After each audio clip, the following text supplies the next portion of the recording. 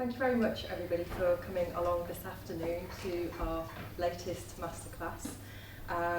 These have been organised jointly by the UK Commission for Employment and Skills and Lakes at the Institute of Education, and we've been running them for about 2 years now. It's all part of our ESRC partnership, and so we've had lots of really interesting and good speakers to come and talk to us about a wide range of subjects over that time. So today, very much like to welcome Dr. Jan Germen Janmaat to talk about educational track and how that widens the participation gap in citizenship. So that's a new thing for us all to be looking at and discussing today. So this will take about half an hour, 40 minutes in presentation, and then they'll be opened up to discussion. So thank you very much. Well, thank you, Marie, and also thank you, Francis, for having invited me to this very nice UKCES Masterclass. This is the first time that I'm speaking in a more kind of a business environment here at the Department for Business. And yeah, I'm aware that the topics may be a little bit, say, well, unfamiliar to you, because I will not be talking about say job-related skills or companies or business, but more about the wider set of skills that youngsters should have, or dispositions actually. So I'll be talking about, and then more particularly I'll be talking about active citizenship, and I'll be zooming in on political participation, so the disposition to participate in politics. And I'll be looking at the effect of educational track on active, on political participation. So that is the key question that I'll be addressing today. And later on in the presentation I'll be talking about a specific study that we conducted looking into the effect of tracking on political participation. We focus on then the effect of tracking in upper secondary, because that is when tracking starts here in England. And well, how do I understand? What do I understand by tracking? I understand it as the allocation of students into academic and vocational tracks on the basis of ability, on the basis of their achievement. And by well, the academic track I basically mean A levels, and by vocational track I mean NVQs, so National Vocational Qualifications, or BTEC, that you typically do in a further education college. And on the basis of ability, well, I mean GCSE scores. So basically if you have 5 A to C's, that gives you an entry ticket to the A levels. If you don't manage to achieve that, then you can do you can pursue a vocational qualification. So why look at tracking and its effect on political participation? Well, because tracking is usually said to be good for the economy in terms of preparing youngsters very well for specific positions in the labour market. And so it's greatly encouraged by also employers. But often it is also said to have downsides, namely that it promotes inequalities of knowledge, skills, attitudes, and also more, we'll say, dispositions, these more socially relevant or societally relevant dispositions, such as political participation. And if that happens, that is then going to have, I would say, rather negative effects for democracy, because it would mean that the more that the ones who are, I mean, if you have a situation where the more engaged are participating much more than the relatively disengaged, and tracking only exacerbates this, then the voices of the engaged, which are then usually also the more privileged groups in society, are heard a lot more. Their voices are a lot louder than those of the disengaged. So then democracy becomes skewed towards the the more privileged sections of society, and which will undermine the legitimacy of democracy amongst the more disengaged. It will have, democracy functions best if all groups in society, all social groups in society participate equally. Why then focus on upper secondary? Well, as I said, tracking in England begins at age 16, and before that the system is kind of comprehensive, although there are some regions with some exceptions where you do still have a tracked system also in lower secondary. Also because political dispositions are formed basically in late adolescence. So that is the time when youngsters, we know that from research, that's the time when youngsters start to become interested in politics and start to become engaged. So that is the time also, the age when they're most receptive to input from the curriculum and to other influences on their political engagement.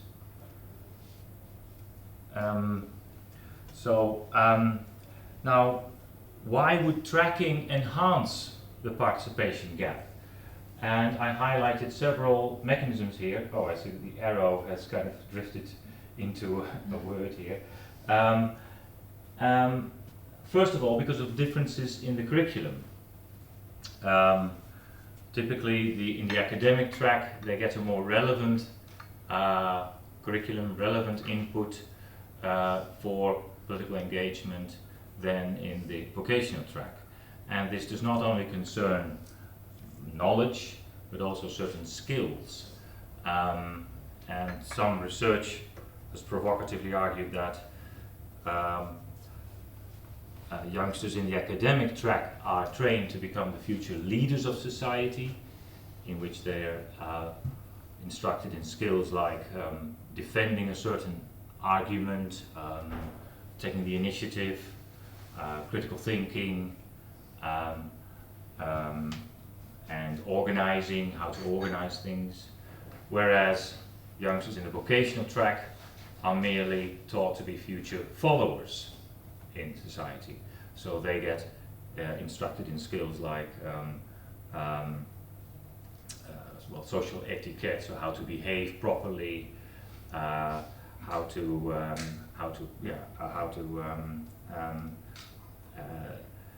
and also the idea of participating merely as an out of duty, not as something that you would really be, not as something that would be in your interest to do, but simply that you have to do that as a good citizen. And you can see that might then have some kind of alienating effect if you're simply just told, okay, you need to participate, without giving a kind of good set of reasons for why you should do it. Another mechanism is the idea that the vocational track is associated with failure. So, particularly here in England, it's usually associated with the idea that you have not been able to get into A levels, your achievement levels were not good enough, and that might have a knock-on effect on your, self-esteem. And this also relates to issues of politics, because politics, and I would say complicated terminology, so you might be really, you might have internalized some kind of idea that you're simply not good enough to be able to understand the world of politics. So typically youngsters in the vocational track have low levels of political efficacy. And this may be reinforced actually by teachers who have low expectations of them, and youngsters might start to live up to these low expectations. Now that's actually a phenomenon that we know all too well in some sort of social environments. Maybe some of you have heard about the work of Irving Goffman, who posited that patients in psychiatric hospitals only start to learn how to become proper patients once they're in those institutions. So they're socialized into becoming how to behave like proper patients only when they're in those institutions, so not before actually. So, and a similar process might be going on perhaps in these educational tracks. So youngsters in vocational track might be internalizing the idea that they cannot understand politics, that the world of politics is something of them and not for us, only once they're inside these tracks. And this may also be reinforced by the particular kind of peer influences that they experience in that track. Once you start grouping pupils on the basis of ability and allocating them to different tracks on the basis of that, you also group them on the basis of social background, because there's always such a strong relationship between social background and achievement. So then what happens then is that you get social segregation. You would find that working class children are overrepresented in the vocational track, and middle class and upper class children more in the academic track. Now that would not be such a problem in itself if social background didn't matter for political participation, but it does. Invariably you also see that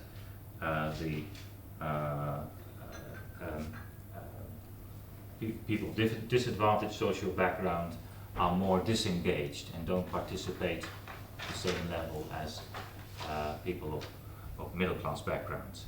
So what then happens is that these children from disadvantaged backgrounds find themselves surrounded by children of the same backgrounds in these vocational tracks, so they don't have an opportunity to learn from their more, let's say, more privileged peers about the world of politics. And some research has suggested that this leads to the development of a counterculture marked by high levels of intolerance towards immigrants, towards people of different skin color, and so on. High levels of authoritarianism and tough on crime attitudes. That set of attitudes has been found in vocational track. This is a research in Belgium that has found this. What we get really is that tracking may not only undermine social mobility, but perhaps also political mobility. Yeah, I got here some nice, two cartoons are actually missing here. That's a bit of a pity, because this is relating only to social mobility. There should also be a little cartoon there showing something about political disengagement. So what might happen is that tracking also makes it more difficult for youngsters of disadvantaged background to become politically engaged, and therefore this kind of the same kind of political disengagement that they know from their parents is then passed on from one generation to the next. There it is. I see. So I see. Good. Why focus on upper secondary in England? Particularly in England, well, because of relatively large cross-track differences in the curriculum here in England. Typically you only find academic courses offered within A-levels, because you're an A-level degree, and if you do a vocational qualification, you're typically only trained in job relevant skills. So you don't get any general subjects when you do a BTEC or an NVQ.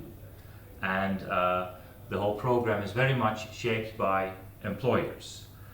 There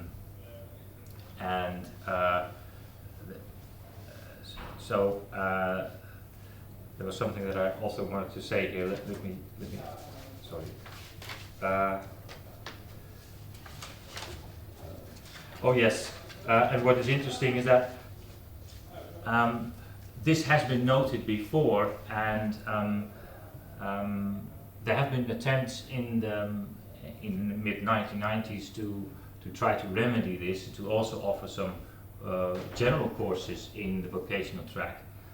Bernard Crick tried to do this when he introduced citizenship education in the mid-1990s. So he also wanted to introduce it in the post-16 education, but that attempt failed because the employers thought that it would only teach, well, it would only pass, well, it would only teach youngsters in not really relevant skills for what they would what they would need later on then on the jobs, in the jobs that they would be going to get. We also see a very large status gap between the vocational track and the academic track here in England. And that is also actually a much larger gap than in other countries. Typically, vocational track in England is associated, as I said, with failure.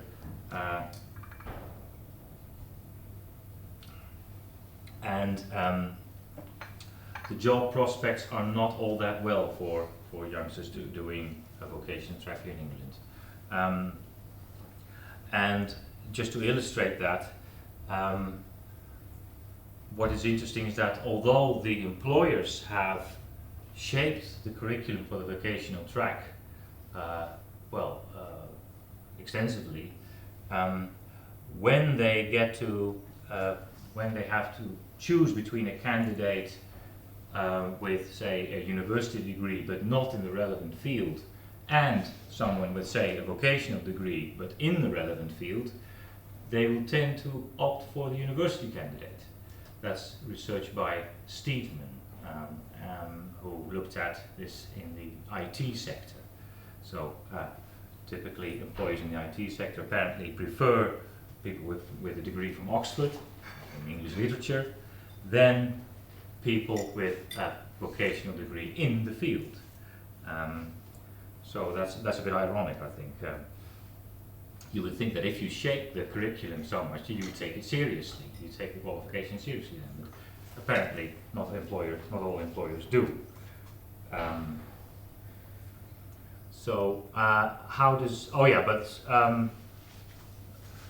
The government has tried to remedy this large status gap between the vocational and the academic track by introducing levels. So you can do now the diploma, that is the vocational track, the vocational qualifications, at different levels. So you can also do it at level 3, which then should give you access to university in the same way as, of course, A-levels does. So A-levels is a level 3 degree, a GCSE is a level 2 degree. So you can do these vocational degrees also at each of these levels. And but the issue is that not all universities accept vocational degrees level 3, and typically it's again the more prestigious universities which do not accept these as entrance requirements, in terms of entrance requirements. So then again they don't have the same value as A-level degrees.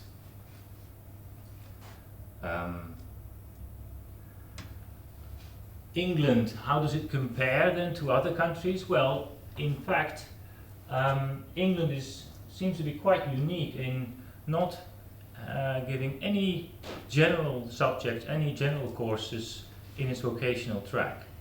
If we look at Sweden, we see that there was a reform in the early 90s which equalized a number of these general courses across the academic and the vocational track. It led to the harmonization of social sciences, meaning that social sciences, as was civic education called there,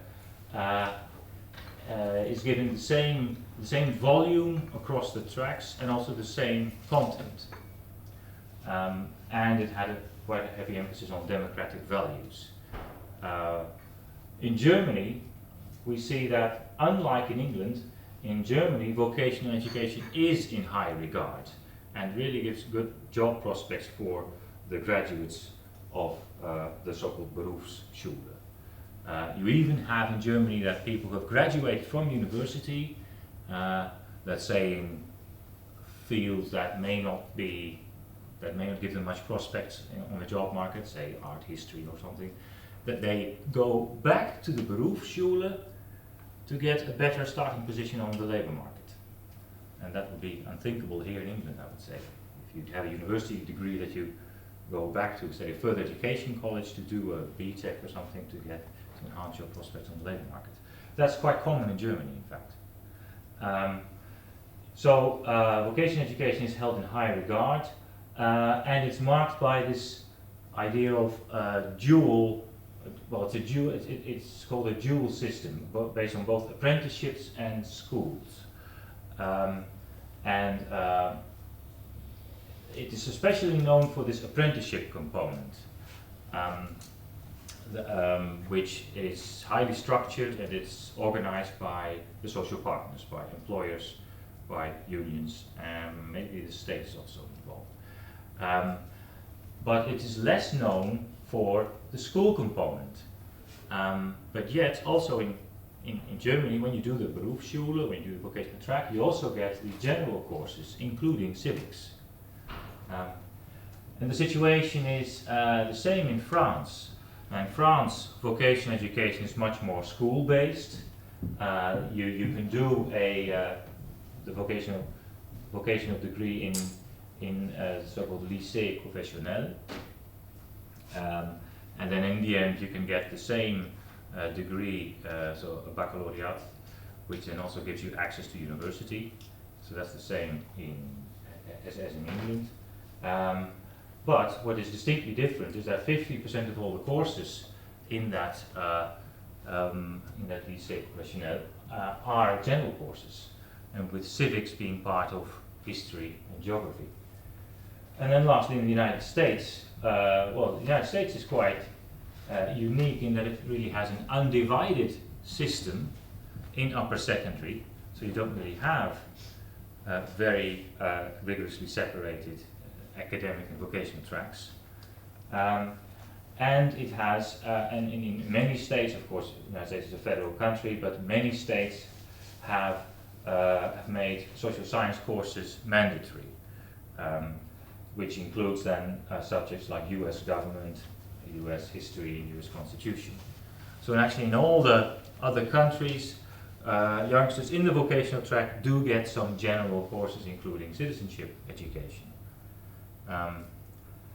So let us then move to the study that we conducted. I did this with a colleague of mine, Brian Hoskins, who is based at the University of Roehampton.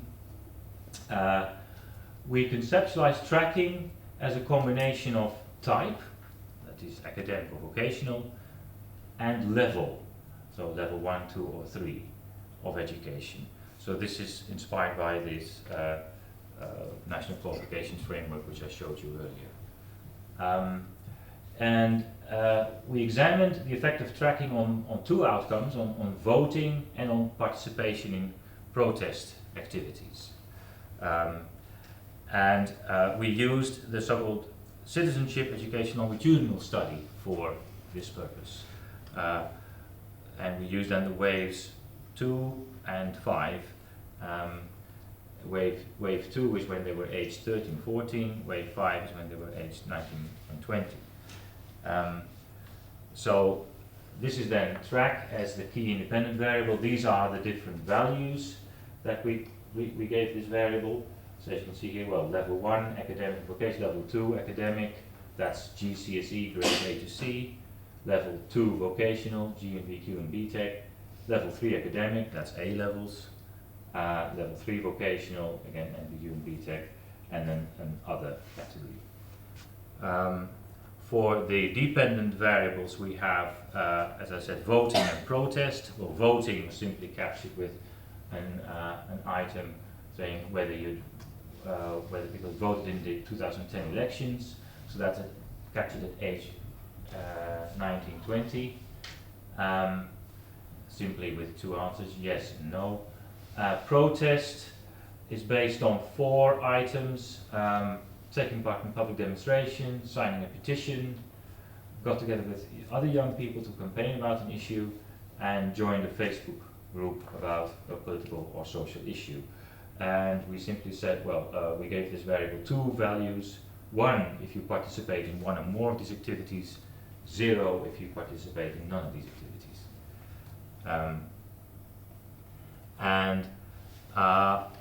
I also have to mention here the controls that we included, because, and particularly then this one is a very important one, pre-existing intentions to vote or protest. Because if you try to assess the effect of a certain phase of education, or particular aspect of education, program of education, you always have to deal with sort of selection effects.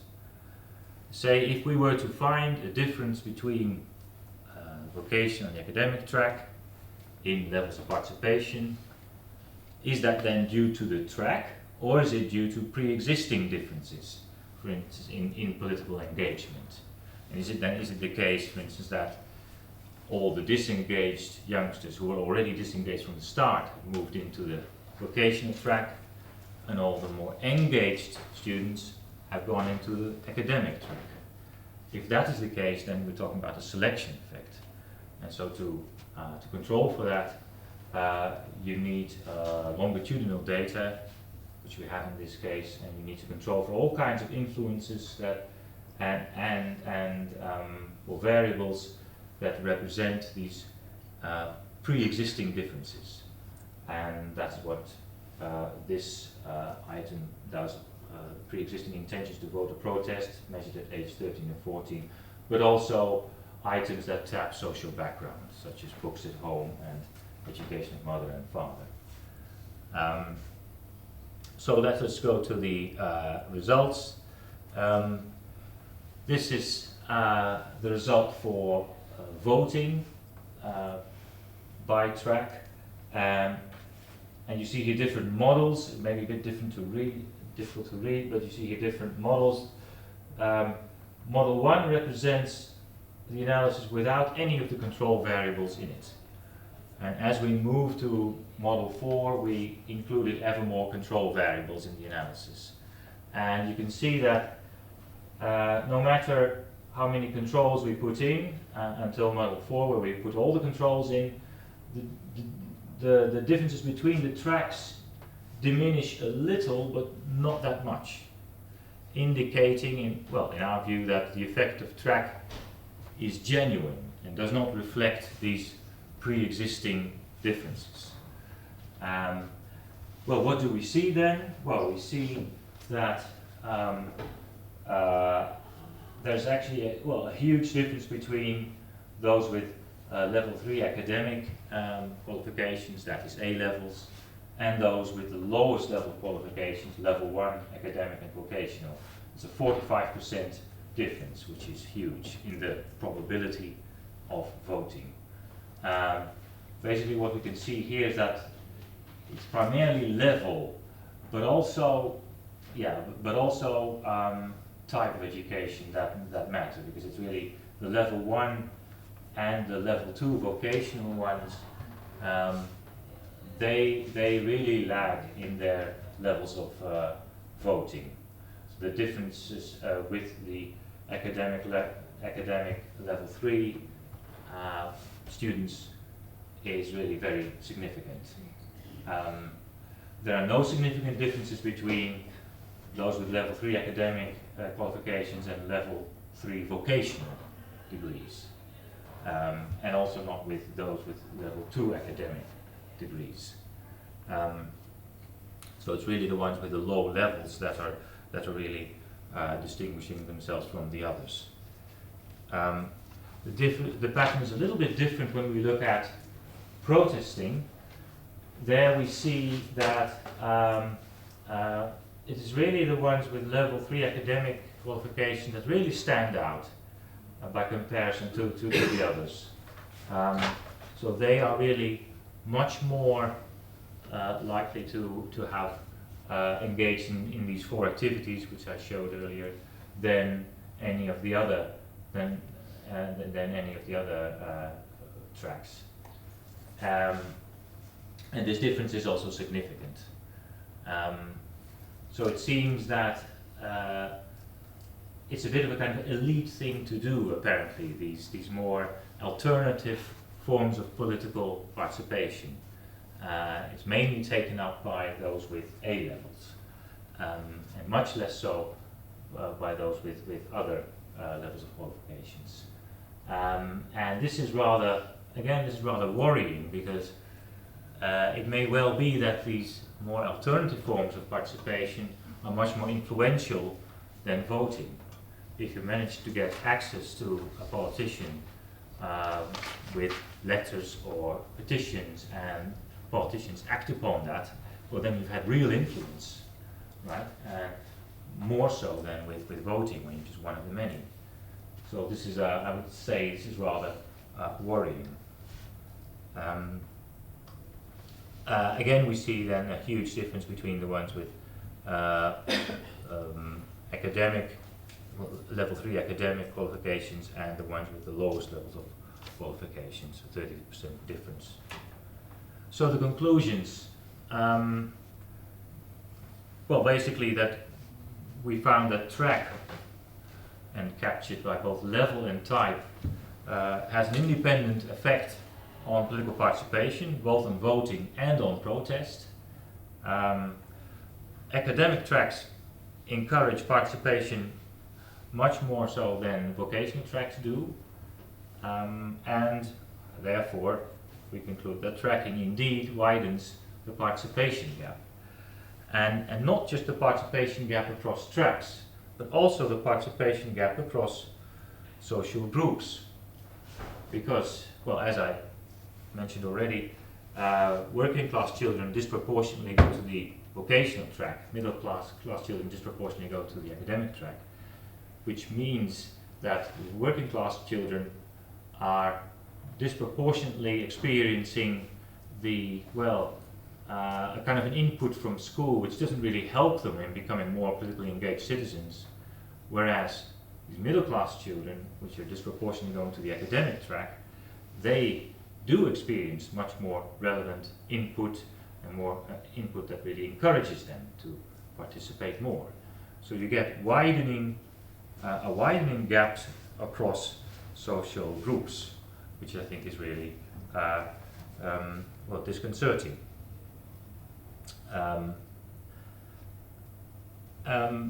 The policy implications.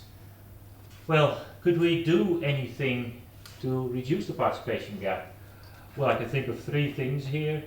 Well, obviously, if we look at all the comparator countries, it might be a very good idea to introduce general subjects in the vocational education track in England, in further education colleges, such as citizenship education, social studies. You could also think of enhancing the status of level 3 vocational education and training. So you maybe by having central exams, might be a possibility, although I think probably exams are also controversial. You might also want to kind of simply just increase the study load. You might want to persuade more universities to accept level 3 vocational degrees as an entrance, as valid admission criterion. You might also want to introduce common cross-track citizenship education classes, so that youngsters from both the academic and the vocational track are jointly experiencing the same education, the same classes for citizenship education. That's, I think, currently not the case in any European country, but it is, if I'm correct, it is the case in the United States, because they have an undivided system of higher education, of upper secondary education there, which is for me kind of surprising. You wouldn't perhaps expect this of the United States, because it seems to be such a kind of a progressive thing to do. That's the situation in the United States. Rather interesting, I would say. It's not even the case in Sweden that they have common cross-track citizenship education classes. Although the curriculum is very much the same, if I'm correct, they're not actually experiencing these classes together. And just to end, and then I'll stop, I would like to highlight this nice recent initiative, it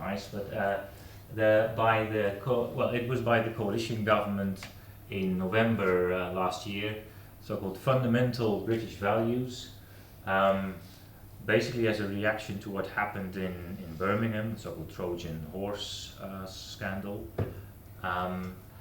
and also as a response to radicalization, to youngsters going off to Syria to join ISIS. So the idea that we need to really promote the values of democracy. I think that that's a good idea, because democracy is not value-free. Democracy is founded on particular core values. You can debate what these values are, and if we then see what the coalition government came up with, it's democracy, rule of law, individual liberty and tolerance. Equality is conspicuously absent here from this list of values, interestingly. But then if you then see what they had in mind in terms of how schools should promote it, they put the emphasis again on schools. All schools need to actively promote these fundamental British values, and from November 2014. And according to the guidance of the Department for Education, the maintained schools are urged to do this as part of spiritual, moral, social and cultural development, SMSC. But interestingly, colleges, so sixth form colleges and further education colleges, don't have to do, it's not mandatory for these colleges to teach SMSC, and therefore also not fundamental British values. So again, there seems to be this blind spot for colleges. They simply just have not, it seems at least, that they simply have not taken into account that also colleges at either 16 to 19 education could also promote these fundamental British values. Which is, again, I see that the arrow has drifted off again a bit. Which is really, I think, really a missed opportunity, because that is the age that should be targeted. That is when they're most receptive, I think, to curriculum input. Okay, I'd like to leave it here.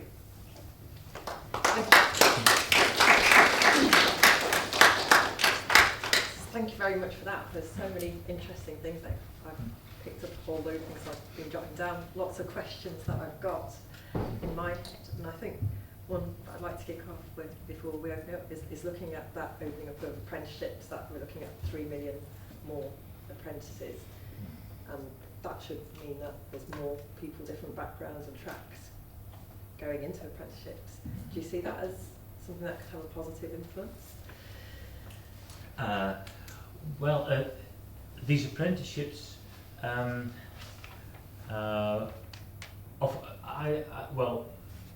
if these apprenticeships help in getting youngsters, giving youngsters a better starting position in terms of getting a job on the labour market, yes, it would also it would help, I think, because also, I mean, you're not only only influenced by school input in terms of becoming a politically engaged citizen, but also because of the influences in the work environment.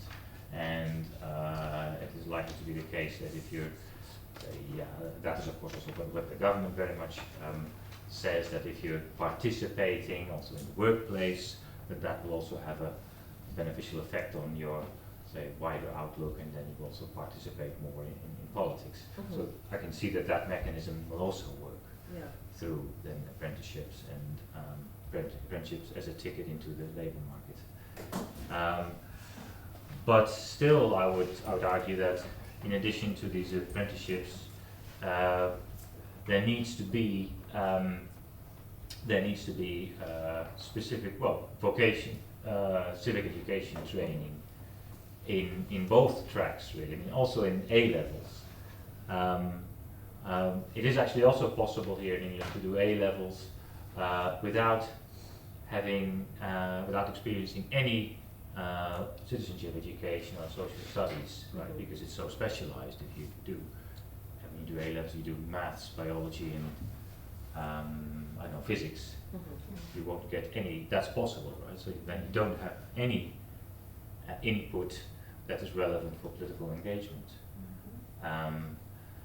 So actually, also it also extends to A levels, I would say. Can I open it up? Yeah, thank you. Jen? My question is, has it always been so, or when we had some quite unionised industry and the unions were a lot stronger in the UK, would that have had an influence on it, or has it always been really based in this way on our education? That's a good question, and maybe somebody else would know this, is in a better position to answer this than I am, because I am not an expert on, say, the whole history of vocational education in England. But what I do know, well, it's actually from a paper of a student of mine. It seems to have always been the case, I'm saying this with a bit of kind of a hesitation, but it seems to have always been the case that vocational education has been largely left to employers, has always been very pragmatic in the sense of only preparing youngsters for skills that they would need on the job, and that there's been very little effort into teaching them a more wider set of skills. And this is also in accordance with the more liberal tradition that you find here in England of the state having a very hands-off kind of approach towards education, leaving it up to employers in this case. So, but I'm saying that with some hesitation. Yes. Hi. My question is just about, in general, the whole citizenship thing. When I was at sixth form, I actually had the option to take citizenship, and I took it in my first year of sixth form, but then it wasn't kind of pushed on us. It wasn't given as an option in year 13, so we didn't have to continue doing it. So my question is, how can we encourage young people to take the citizenship route if it's there? Because I know I personally didn't. I see the benefit of it now, but when I was 16, 17, I didn't see the benefit at all. So how can we help young people understand that it is something that needs to be done? By making it mandatory. By not giving them a choice. Fair enough. No, really, I really think so. Because also, what we should also have in mind is that by making citizenship mandatory, you also tend to mitigate or reduce the differences across social classes in for instance, in political engagement. And we know this already from quite a long time ago. In the end of the 1960s, there was famous research by Langton and Jennings in the United States, showing that in schools that taught citizenship education, or the government,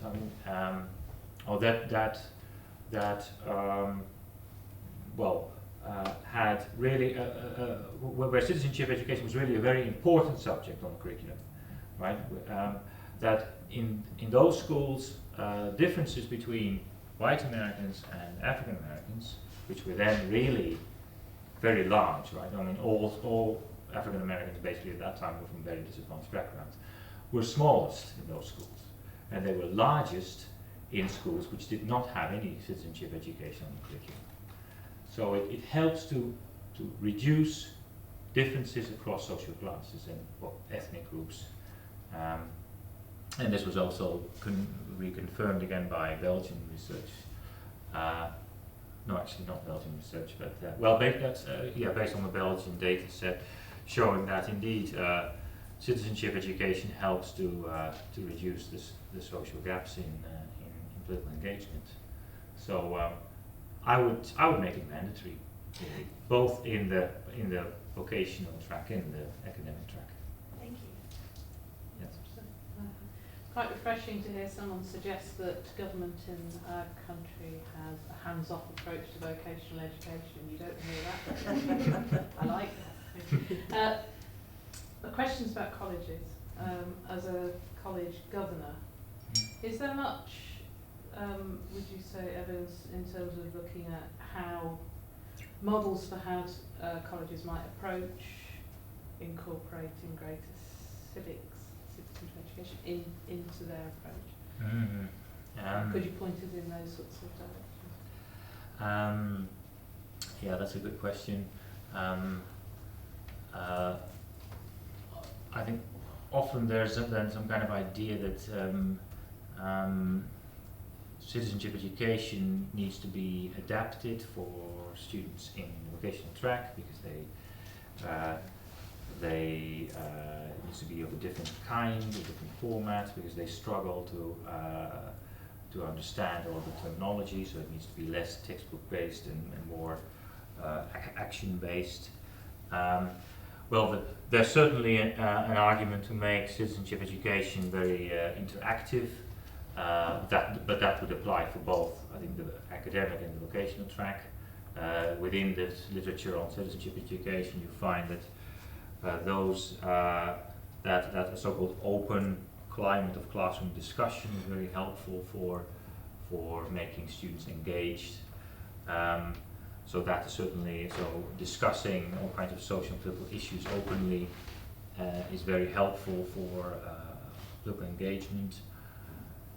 Yet I would also want to stress that I think what always matters for political engagement is whether you understand the terminology, and therefore I think it's unavoidable that some part of citizenship education is really about, well, basically the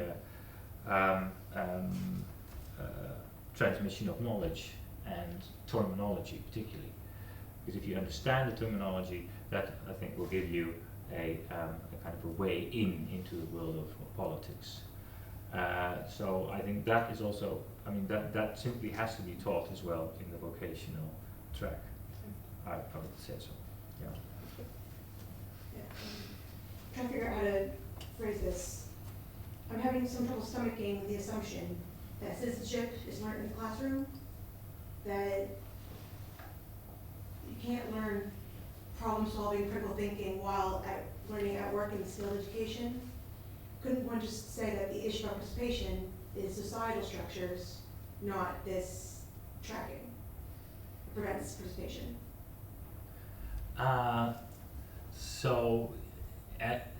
Yes, so what do you mean by societal structure? So you mean?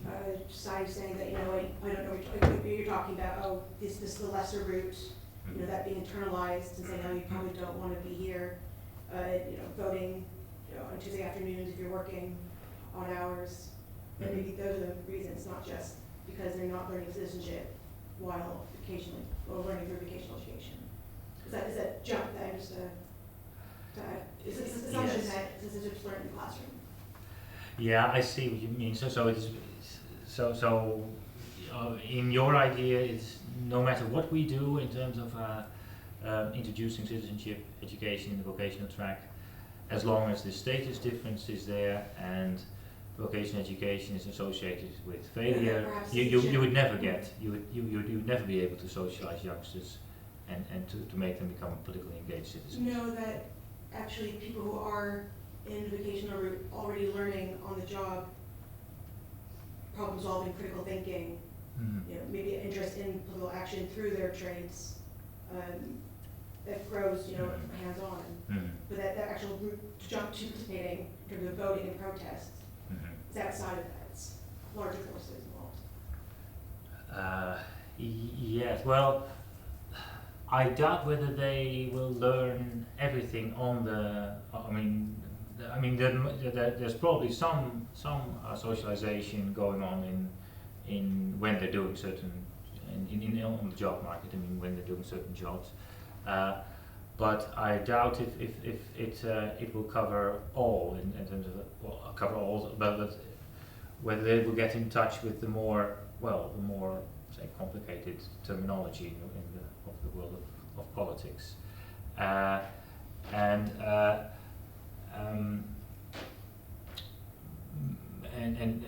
if youngsters are from disadvantaged backgrounds, then go into the vocational track where they don't get any input from their families in terms of political engagement. Neither do they then get maybe some input in. Neither do they get input in the vocational track, and then, well, in the kind of jobs that they go to, which usually involve very practical skills. I doubt whether in those jobs they would also get they would then get the input for making them more politically engaged. I know that, and I think the argument has been made that earlier in the 1970s and 80s, when Britain was still quite a unionized country, there was more in the way of socializing young workers into the world of politics because of the activities of the unions. That unions then really offered also some kind of politics training, but that of course has disappeared. And I wonder whether, let's say, employers would be keen on somehow socializing youngsters into becoming more political. Hi, thank you. I've really enjoyed your presentation. I'd just like to make a few points. I went to a group discussing the curriculum for citizenship. I've taught citizenship in academies and state schools. And what we found was that the government, with hardly any consultation, have actually taken that active element of citizenship out of the curriculum, so that it will be 100% exam-based. Now, they've done certain things that's similar to this with other subjects, but it's very worrying that they've done that with citizenship, because there should be a balance of assessment-based, exam-based, plus the interactive element. That's one issue, and you have to wonder what the motivation behind that is.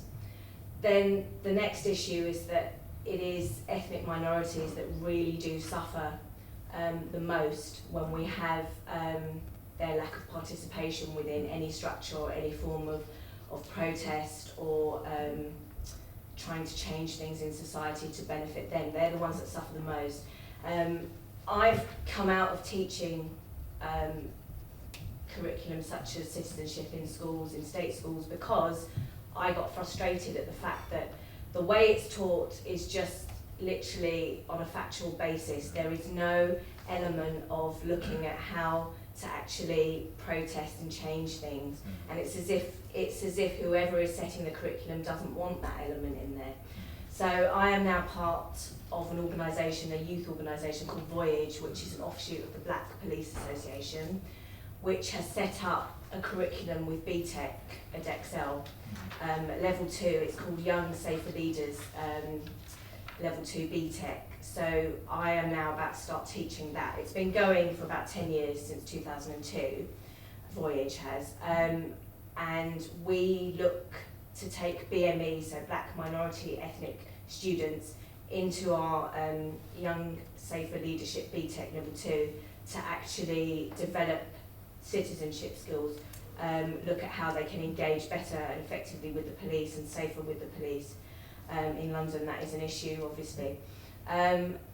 And so your work is really, really valuable, and if it's possible, I'd like to take your card, because it would be great to have you come in and speak to our organisation, if that would be possible. Thank you. That's all I wanted to say. Well, thanks for your comment and for your compliment.